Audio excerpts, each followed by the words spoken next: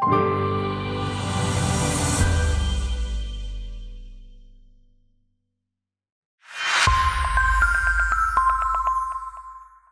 and fitness may be synonymous, but health and fitness are not synonymous. When you embark on a fitness journey, obviously you have to take some precautions. You will achieve more than you will lose. Once you hit 30, females tend to lose their muscles much faster as compared to males. Sleep is the foundation of health and fitness. A person is eating a food which is natural, either raw or home cooked. It's good. If you have fatty liver, then fruit should be the last thing in your plate. Omega-3 fatty acids are wonderful for your brain health, for your eye health, for athletes who wants to recover fast. Study says that if you supplement them with a specific amount of omega-3, the injury in the muscles, it recover faster. Ladies and gentlemen, welcome to the new episode of Tata podcast series. Here we deep dive into a topic with an expert, and today's topic is something which is close to everyone's heart, that is health and fitness medical perspective. I'm your host, Dr. Prashant Nag from Tata and along with me, we have Dr. Vivek Pal Singh, Senior Internal Medicine Consultant in Max BLK Hospital, New Delhi. He's an internal medicine expert and also a fitness enthusiast. So let's board on the fitness journey. Thank you so much, Prashant, and it's nice to be on Tata MG show. For audience, Prashant is a very good friend of mine, and I feel so good to be on this hot seat. Going forward, we have this discussion multiple times, even outside this settings also. We'll like to know, and for the audience welfare, I'll just want you to stress upon, does staying fit means that you're healthy? Well, Prashant, see, for a general person, a layman, health and fitness may be synonymous, but health and fitness are not synonymous. I'll give you an example. There are two men, right, of same age group, same height and weight.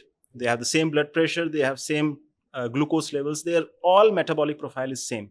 You tell them to run for 5 kilometers. Now you see, one person may run in 1 hour, the other person may run in 30 minutes. So who is fitter? A person who runs 5 kilometers in 30 minutes. So despite having a similar health profile, a fitness of one individual is better than the fitness of another individual. Now, it can be in an opposite way also, wherein you have two exactly fit individuals who run 5 kilometers in 30 minutes, but their health profile may be differing a lot. One may be diabetic, one may be hypertensive, other may be having a cholesterol. So, health and fitness from a doctor's standpoint is entirely different. Now we clearly understand that approach towards health is probably basically a hygiene, and to fitness, it is something one level up, and we have to understand that you can have all the three scenarios: a healthy, a fit person, a healthy, unfit person, and a fit and unhealthy person. So to start with, can you please tell us the importance of fitness level for a healthy person? What do you mean by a healthy person? WHO gives a definition, but I'll not go into that jargon of medical jargon definition. A healthy person who is at peace, who is at ease, that's a very simple way of being healthy. Your basic parameters are fine, but how do you understand fitness? I would like to emphasize on a point. You ask a question at 70 years of age, what's your goal? Whether you'll be able to hold up your grandchildren, whether you'll be able to hold 2 buckets of water, whether you'll be able to put luggage in the upper compartment of your third AC berth. Travel is something which will always be there. So if you have that goal, which is very clear, and you are at 30 years of age, you need to work upon that goal. And that journey is basically the fitness journey you want to achieve. As a healthy person, you may be entirely healthy, but when you grow older, you need something which you have invested in next 50 years. So what I can clearly understand is that fitness is something which is a long-term goal, although health is also a continuous phenomena, but fitness is a long-term goal where you invest today and you reap later. Going forward, as you see a lot of patients day in and day out of hypertension, diabetes, so there are chronic diseases, comorbidities which are affecting the body's health. So where do you put fitness for these people? How do you guide them on the fitness things? I'll definitely like to elaborate on this, and I'll take a bit more time on this aspect. See, I'm trained as an internal medicine specialist, and for the last 19 years, I have been working in internal medicine. I'm seeing a lot of patients of multi-system and chronic diseases. And what happened to me was that I was trained in a way wherein I treated reports. I tried to keep reports in a normal range without understanding the fact that keeping reports in a normal range is not equal to good health. I'll just explain it. See, what happened is in the last 2 years, I realized that a person who has diabetes, or a person who has high blood pressure, or who has some kidney problem or liver problem, they have symptoms pertaining to that disease. That's a separate thing. But the general uh, unfit feeling, you know, I don't feel well, I have aches and pains, I have low energy levels, my sleep is not good, my appetite is not good, I want to, do something in life, but I don't have that desire, that enthusiasm to do. So this is not caused by diabetes, this is not caused by hypertension, this is not caused by your liver and kidney problems. A part of it may be attributed to these diseases, but your lifestyle which you have accumulated over last so many years is the entire contribution to this gamut of problems. So I made a point 2 years back that when I'm addressing my patients of any disease, I would address them in totality rather than considering a disease which I need to be treated. So if a person is having diabetes, giving drugs, giving insulin is very small part. You have to address his health, his fitness levels, his future goals, his mental health, his psychological health, his uh, interaction with his family, his familial constraints, everything in one go. Probably you need counseling and recounseling and recounseling again and again, and that requires a lot of patience on the part of the doctor. So this is what I understand now, and I'm working upon it. So, taking it forward for chronic disease patient, as you said, that it is not just the disease which is causing the unfit, rather they have stayed unfit so long that metabolic disease has picked up, and that being unfit has led to being unhealthy also. So they have to answer that problem. But one more thing, as we have heard a lot of incidences also around that person doing an active exercise, person doing an active strengthening exercise, marathon, etc., getting a cardiac event or some event which is life threatening. So we'll just like to understand how to take fitness in those health I was conditions. expecting this question from you. So, see, it's better to die fit than to die in a disease state. Okay, don't take it literally. What I intend to say is that uh, when you embark on a fitness journey, obviously you have to take some precautions, which we will discuss definitely, but uh, you will achieve more than you will lose. You can take my words, and literature is definitely for exercise rather than no exercise. If you take adequate precautions, if you research well, if you talk to your doctor, if you talk to your coach, mentor, who is your fitness influencer, probably things will be fine. What we hear and what we read in newspapers and media, that someone who ran a marathon died. You know, millions of people are running marathons. The risk of dying from running a marathon is far too low, but it is being projected as Yeah, one yeah, of yeah, yeah. that thing. What I can gather is that what is important is you should understand that being healthy is equally important. And if you're doing right steps towards health, fitness is something which you should always take as your primary goal, along with an healthy thing. There are people who view their exercise as what their daily activities are. Like one important line is quoted as that if you're doing 10,000 steps a day during your activities, you have done your part of an exercise or of the fitness thing.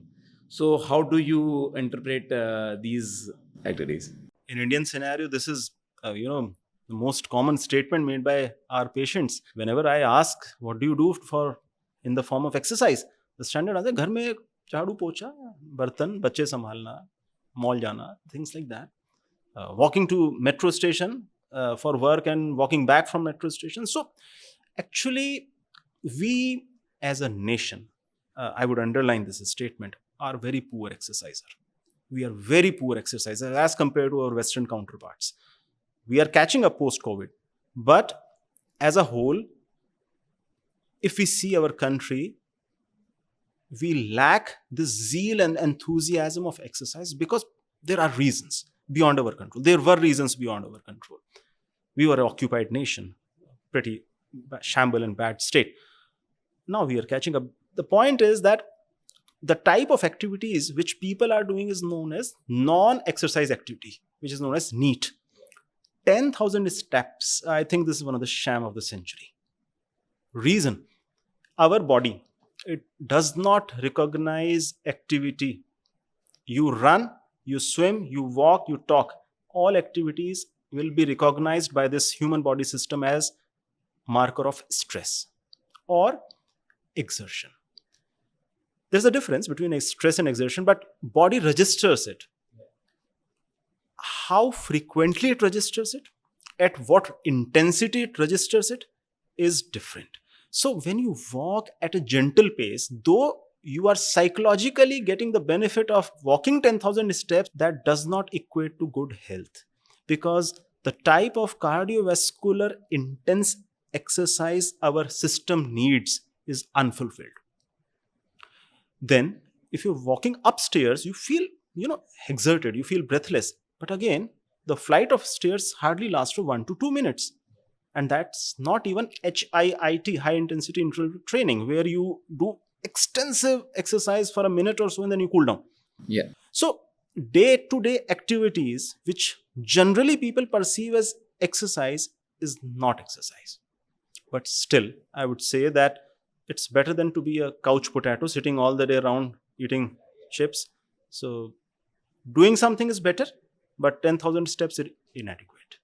So basically, scheduled workout with a clear goals is something which is required. It's not just that we can just add up things by a variable and be Yep. happy about it.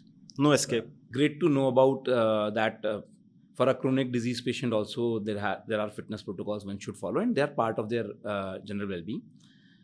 Taking it forward, we are hearing in different news items that a person died out of heart attack in marathon running, or a strenuous exercise person had a stroke.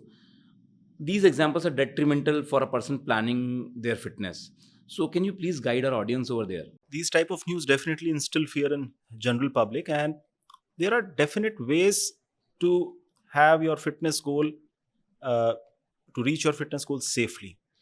So the point is that if you perceive that you are healthy, and if you have documentary evidence that you are healthy in the form of your preemptive health checkup by your doctor, you have your biochemical analysis, you have your pathological tests which are within normal range, your phenotype or your body habitus or your structure is fine, you're not super obese, your waist to hip ratio or your waist circumference is fine, your habits are sober, and overall at your age you feel that you are in a good state, you can embark on the journey of fitness. But you need to do some research in the form, say for example, someone wants to start running or cycling or swimming. These activities demand endurance. What do you mean by endurance? That sustaining effort for a long period of time. You will not run for 5 minutes, you will run for probably 50 minutes or more. So that's known as endurance. When you do endurance activities or something which produces stress on your musculoskeletal and cardiovascular system, you need proper training. There are various protocols which are freely available. You can have these protocols tailor made by your coach or mentor.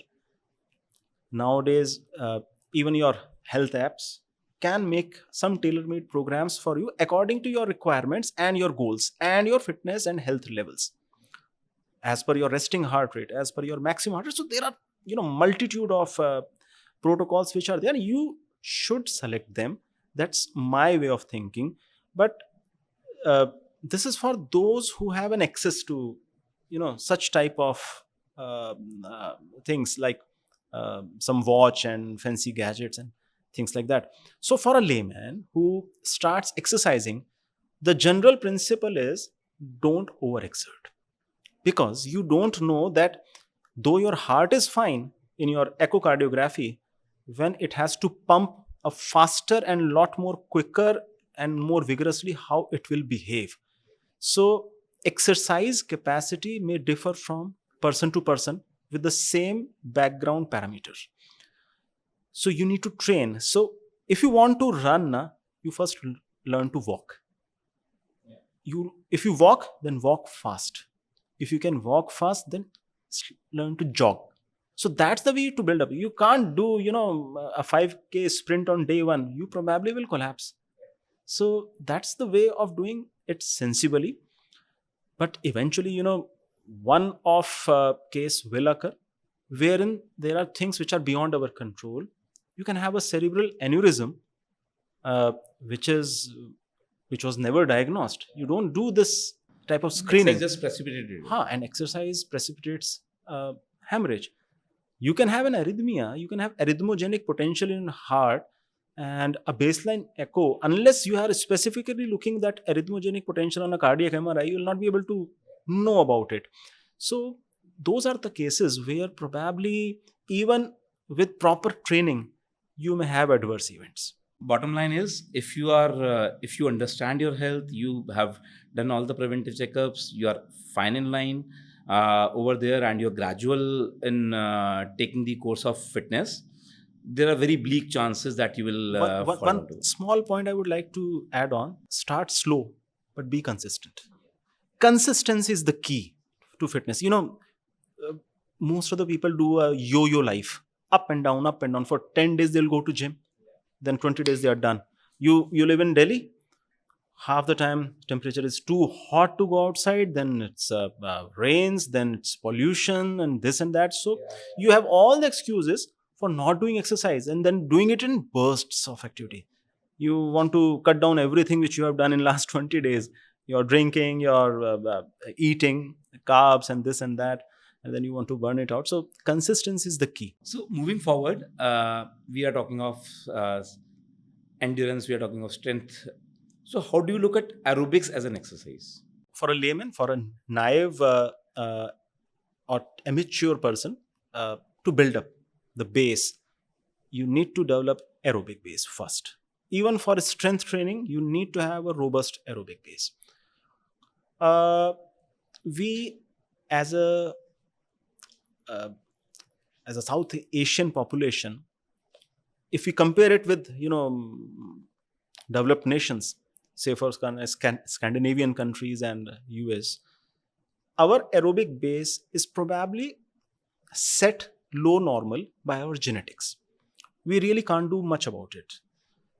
That's the reason we don't do much better at endurance exercises world over.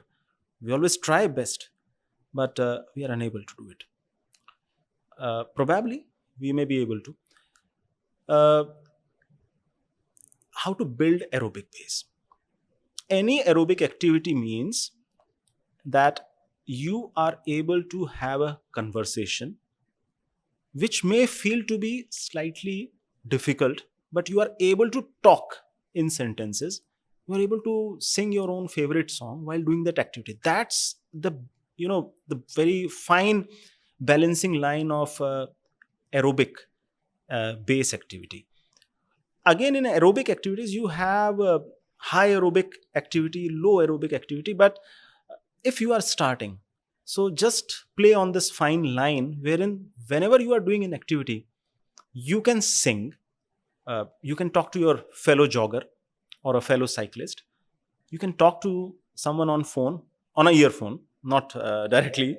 So that is the benchmark for your indirect benchmark for your base aerobic activity. If you have access to some gadget, say for example you have a wristwatch which can monitor your heart rate.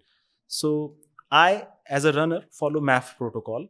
So what we do is we subtract our age from 180. So if someone is 50 years of age, so 180 minus 50 is 130. So my benchmark will be 130. At no point of time whenever I'm doing my aerobic workout, I will not let my heart rate go beyond 130. So that's the safest zone. That's known as green zone. So most of the endurance athletes are very well, accustomed to this type of training. Uh, Once you are done with this aerobic workout, if you are consistent for 3 months, what you will see is that for the same effort, your heart rate will not go up. So basically, your cardiac conditioning is taking place. Now you add up some speed work or something which is higher than your aerobic base. That's known as interval training, or you term it as high intensity interval trainings. But it needs to be done in a smaller quantity in a small period of time. Otherwise, you will have injuries. So, building aerobic base is of paramount importance, either for aerobic activities or for strength training.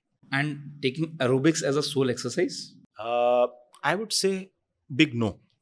Reason: aerobic exercise is a stress, not in the form of cortisol per se. See, exercise induces cortisol Yeah, production, you yeah. also know it. So, that's a different stress. You can recover from cortisol in your sleep, but it is producing stress on your muscles, ligaments, tendons, joints, whatnot. I'll tell you, Prashant, most of the runners, they quit running not because they are knee or ankle injuries, because of their back pains.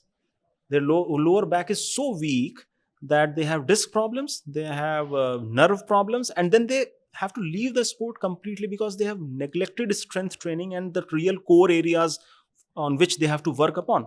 So they were more focused on, what you call as social running, wherein they post their activities on social media to, get that psychological boost. I ran for 10 kilometers in 1 hour, so many likes. So isolated running, isolated aerobic exercise, a big no.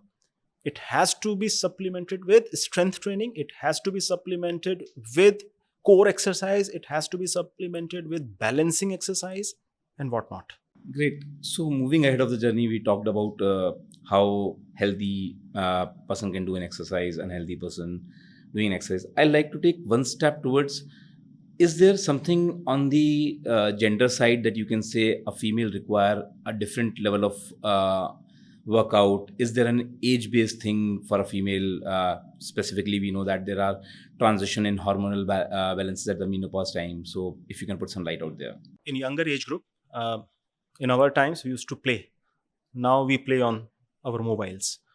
So we have strong thumbs, both male and females. So say up till 30 years of age, I wouldn't say there is much of a difference of requirement of exercise if we talk about both sexes. Once you hit 30, females tend to lose their muscles much faster as compared to males. They tend to lose their lean muscle mass and they tend to gain more fat. So they tend to be more way on a higher side. Unfortunately, weight training in females is often understated. We often overlook it. And or for a female, household work, बच्चा संभालना, घर के काम करना, and walking in the society, probably half an hour morning, evening, suffices as an exercise. Wherein I would say early strengthening and moderate weight training, maybe 2 hours a week or even 1 hour a week, 2 days, half hour, is more than enough to initiate with. In males, because of our testosterone, we tend to lose our muscle mass later, maybe 40, 45. You can lose earlier if you're a heavy alcoholic, but in a average men, you will not lose your muscle mass unless you hit 45 or 50, unless you're very sedentary or you have some comorbid condition wherein you get sarcopenic, like you have cirrhosis or you have nephrotic issue or you are having something else or you're on some drugs like steroids for some medical condition. So strength training, yes, for my side, big yes for females, as early as possible, and that should increase in intensity. And I always say to my patients, as you grow old, every year your target should grow up. So if you can do bench press of 20 kg, next year it should be 25, then it should be 30. Because I feel personally, your strength, agility, your neuromuscular coordination can improve with proper training. It does not go down with age. Age is just a process in mind. A great sentence. Age is a process in mind. So, taking it forward about age as a process in mind, there are many. There are many places where it is said that yoga and meditation alone are suffice for a fit body.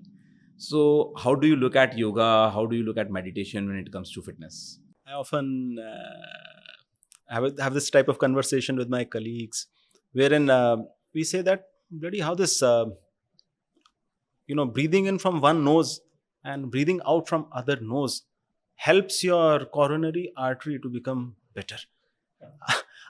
I couldn't find an iota of evidence or truth in this, but you know we really don't want to do anything. So to make ourselves comfortable psychologically, we do something to show off, and one of them is yoga in the sense which people are doing. If you do yoga properly, I'm telling you, it's very demanding. And unless you have been trained by a professional, you can't do yoga properly.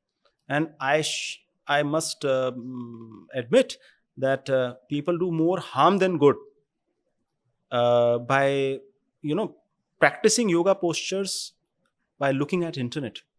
It's very difficult. I have seen people injuring their cervical cord, their nerves, their discs by doing some asanas require a lot of effort. They require coordination, they require engagement of your core, they require balance, they require whatnot, your concentration.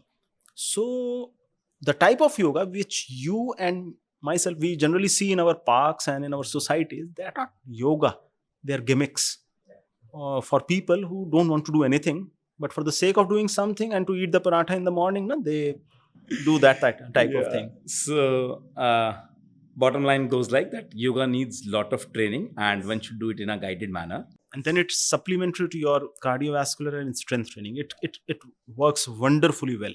Moving on to the next part of that is the third pillar, that is the adequate rest oblique sleep. How do you rate sleep as a marker of fitness and sleep in the process of fitness? I would say one who cannot sleep cannot be healthy and fit. Rather, one who cannot sleep peacefully can never be healthy or fit. Sleep is the foundation of health and fitness. Mind you, we all are sleeping less. As per the recommendations, also we are sleeping less. An adult of say 30, 40, 50 years of age, we should be sleeping way more than 7 hours a day. And I'm unable to get 7 hours a day for myself, though with a job which is pretty comfortable for me. So it's a foundation.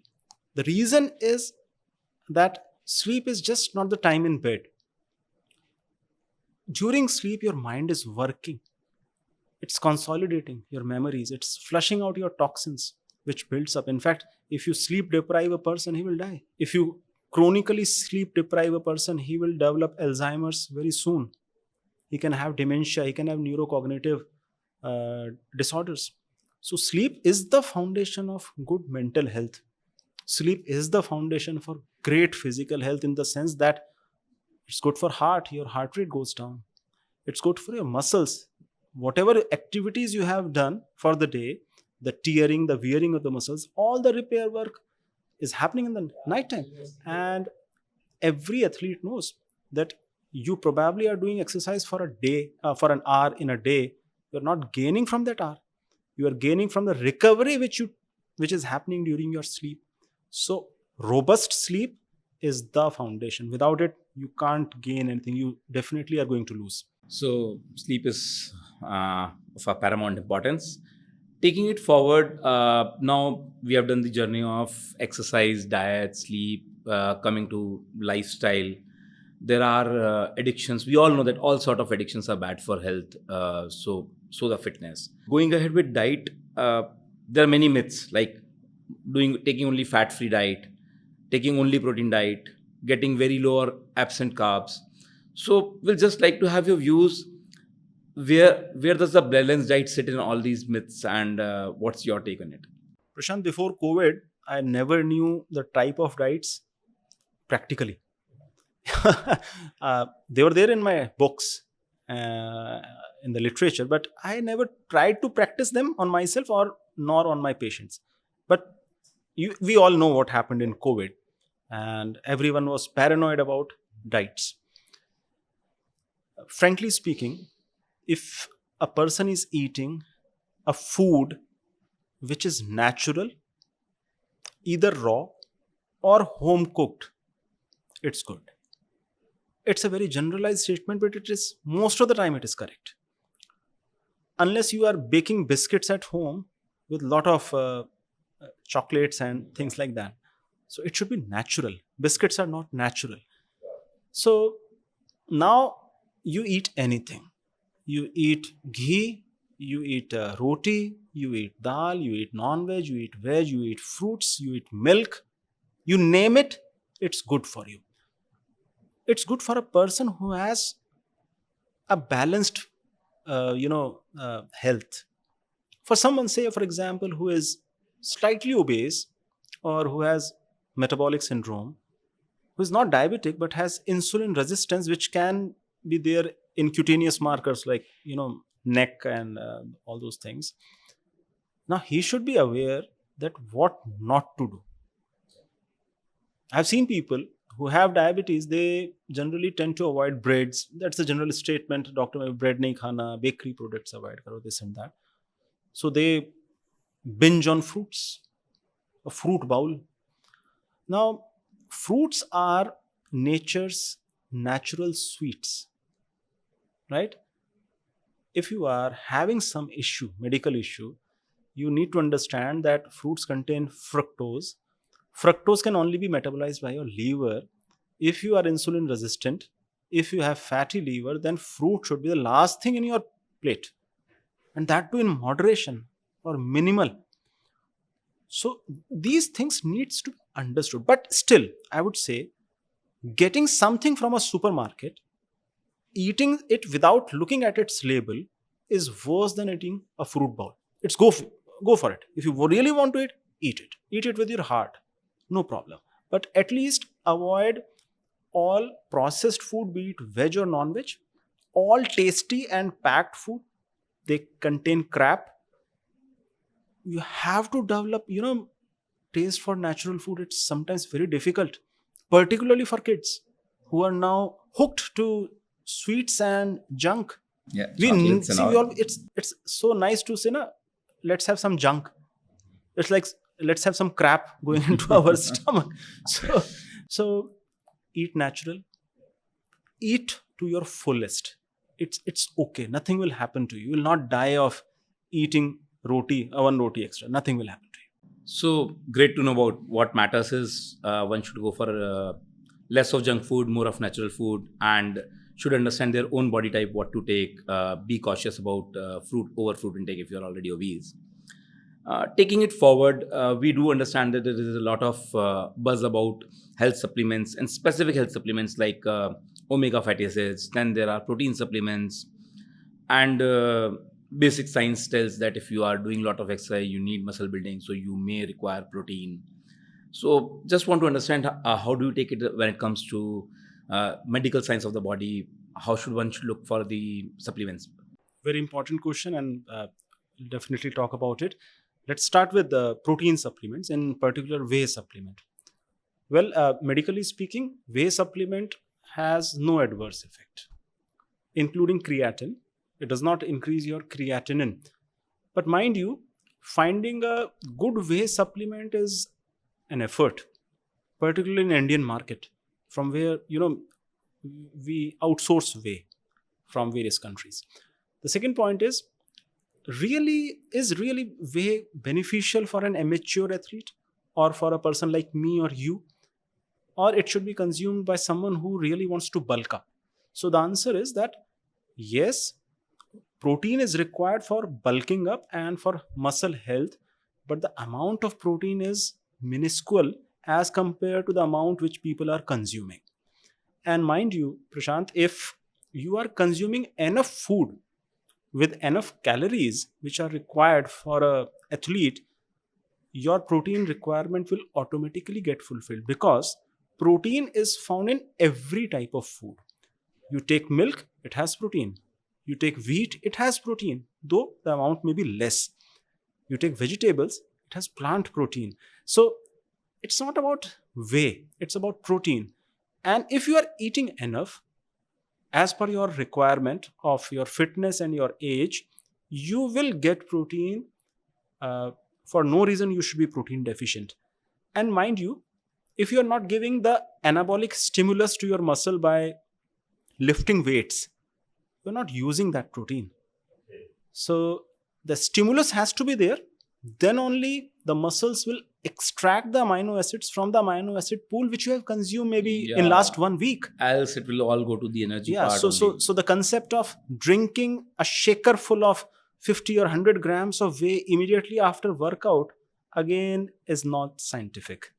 It's the protein pool which you have generated in last 1 week which matters, rather than the protein push you do on the day of your exercise. So whey protein is not contraindicated, but it's costly. You can invest that money in real foods. You'll get your nutrients, you'll get your multivitamins, you'll get your essential minerals. That is number one. Second point is omega-3 fatty acids. Well, we have influencer YouTubers who talk a lot about omega-3 fatty acids. I myself, a doctor, know about omega-3 fatty acid, but not to an extent that they talk about. Omega-3 to omega-6 ratio. Getting a omega-3 fatty acid from fish, that to salmon or a wild fish which is not contaminated by lead, from Antarctica or Arctic Ocean or from Australia, and then preserving it and eating it in Delhi's temperature. Are we joking? You know, omega-3 fatty acid is a fatty acid which degenerates very fast. Yeah. That's why the moment you enter a fish market, you have that smell. That's the smell of a degenerating omega-3 fatty acid. It's a, there are multiple double bonds in the fat chain. So preserving it, preventing it for oxidizing, it demands money. So if you are getting a damn cheap omega-3, it's better not to eat. You can have your desi ghee and your almonds and your walnuts, rather than going for a supplement and wasting your money. Because mind you, procuring a good brand will cost you. Yeah. That's for sure. But from a physiological and medical standpoint, yes, omega-3 fatty acids are wonderful for your brain health, for your eye health, for athletes who wants to recover fast. Study says that if you supplement them with a specific amount of omega-3, the injury in the muscles, it recover faster. So if someone wants to take it as a supplement, go ahead, but be very sure that what you are eating is the omega-3 which is talked about. It remains over there only, that what is best is if you can go by a balanced diet and have a balanced exercise schedule. Yes. If you're stressing yourself to the next level, then you should be sure of what you're getting is what is being claimed. I'll tell you something, Prashant, and I'm reading about this sugar business for so long now, and I'm talking about the sugar market with my patients. So what we put into our kids was junk and crap with the background of DHA and EPA. It was better that they could have drank plain milk, buffalo's milk, and ghee. Now talking about vitamin D, it's not a vitamin. We all know it has plethora of effects. And so metabolic hormone. It's a metabolic hormone. So I tested from your lab. So I'm low normal, but fine. I don't have any clinical marker of vitamin D deficiency. So I pop in a pill of 60,000 units once a month, and which I give to my family members and my kid also. And I definitely recommend this to my all patients, be it diabetic patients or any other morbid patients, and even to my healthy friends. I definitely tell them to take it. I hardly found any subset wherein vitamin D was contraindicated. And with Indian diet, it's a fat soluble vitamin. In a vegetarian diet, you don't find it that much. So deficiency is so rampant. By the way, I want to ask you one question. Why is Indian is so paranoid about lipid profile? And lipid profile has a journey which links it to the heart. So everyone is like that is the lipid profile which tells everything about heart. And as doctors, we know that it is one of an important parameter, but it is not something which can replace the physical examination, echo and TMT. So it has to be taken in bulk along. And going forward, right now the new recommendations talk about non-fasting lipid profile, where you for a screening purpose you get a equivalent results, and you don't need the fasting state as total cholesterol and LDL is something which you can get in an equivalent manner in non-fasting also. So yes, non-fasting lipid profile is a better way to screen if you talk of screening. So that is it. Summing it up in terms of supplements, you are saying that supplement is something which is required if you are going to that level that you are getting deficient from, or you are going for a high endurance exercise. Else, a balanced Or diet. you have a laboratory report wherein you are really deficient in something. Yeah. That is also very important, because if you don't take the wholesome diet, then micronutrients like selenium, magnesium, their deficiency will have their own effects and Yeah, probably particularly be in responsible. someone who is just on a protein diet. I've seen athletes who are bulked up like anything, but they're so bad from inside. They're deficient in potassium, they're deficient in magnesium, they're deficient in vitamin D. High protein load, nothing else they're consuming. Yeah. So it happens. It happens once you are, in a disbalanced state. We like to understand that alcohol consumption is something which is very very common, and at times even the fit and healthy people do consume alcohol. So can you please guide the audience on in terms of, if you are doing say strengthening exercise, endurance exercise, how you should how you should look at your alcohol consumption? On lighter note, after this question, I'll be getting my beer. Right? So, anyways, I'm not against alcohol and I'm not promoting alcohol. From a clinical standpoint, for a healthy person, for a fit person, for an unhealthy person, for an unfit person, alcohol is a big no. Yep. Even minuscule amount, say a standard drink of 30 ml, uh, may hamper your sleep for a day, may hamper your physiology for 48 hours. It hampers your gluconeogenesis in liver. You may have hypoglycemia, which you don't feel. You may have neuroglycopenia, wherein you have neurological symptoms while you are sleeping. You feel groggy in the morning, not because of the alcohol, not because of the metabolites of alcohol. You probably haven't drank at that level.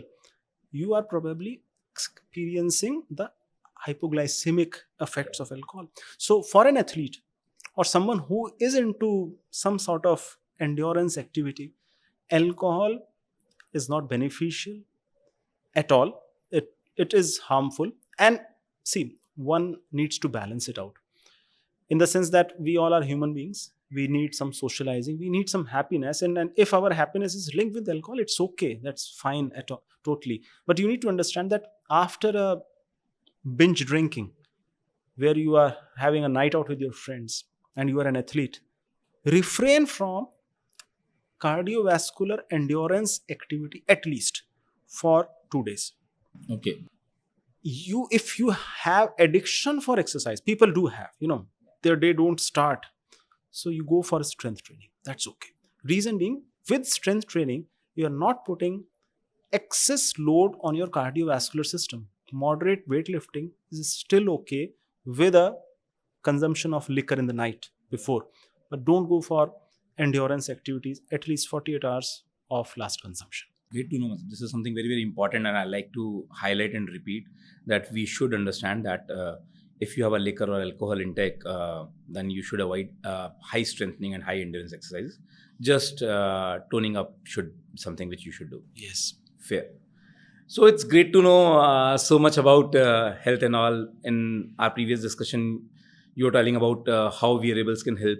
I'll just like to go deep on how do you look the technological advancement in fitness? How is it helping? You must be getting I think it's a great tool, at least for screening, that you might be getting patients who are talking of that my heart rate is going off and all. Yes. So, uh, going for these technological advancements, how do you look in terms of fitness and Can health? I use my example here? Yeah, please. See, I'm into this running business for last 10 years or so.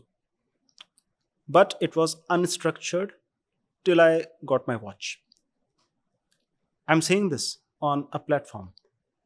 I'm not giving the names of the companies, but there's no conflict of interest. But I am 100% sure anyone who start using the technology, who is a techno Greek, who is data freak, will love this because it tracks everything from your efforts, from your training load, from your acute training load, your chronic training load, your sleep, your recovery, the recommendations which it gives on day-to-day basis when you wake up in the morning. It's fantastic. And it acts as a safety guard also. Reason, uh, I have my heart rate, which is being monitored by my watch while I'm exercising. And I know that my heart rate shouldn't go up. So it's a very nice way of protecting myself. So if one can afford in this type of technology, it's excellent. uh, I have no doubt that this technology will become more accessible and more usable for even normal people. People are using it, but not to an extent where it can be used. Yeah. Great. So yes, technology is helping in all ways, and this is one of the ways where technology is helping in fitness overall. So it was a great discussing with you about fitness and everything. We'll like to have one more session sometime where we can go deep on how this technology things work, how we are to max marks and everything. But right now, I think we can do a concluding remark from your side overall on the fitness. Prashant, when I see my patients in my OPD, I feel bad that they have some disease. I have no control over it. I tell them empathetically that I feel sorry for you that you have this chronic disease. But sometimes I tell them straight up, they sometimes feel bad and give a negative opinion about my way of talking. I tell them that you are responsible for yourself. You are responsible for your suffering. I can help you out, but the first step has to come from you. The fitness journey is alone. You are a loner on that journey. I will guide you. I can help you. People like me can help, but we can't walk with you. We can't do an activity on your behalf. Yeah. So, whatever suffering you have, fitness journey will help you in that suffering. Great thoughts. So, fitness is the motto. Really great to have you. Thanks, Dr. Vivek, for all the enlightenment you My have shared. pleasure. Thank you. Thanks, viewers and listeners. I'm sure this dive with Dr. VP Singh in Fitness World was enriching and useful.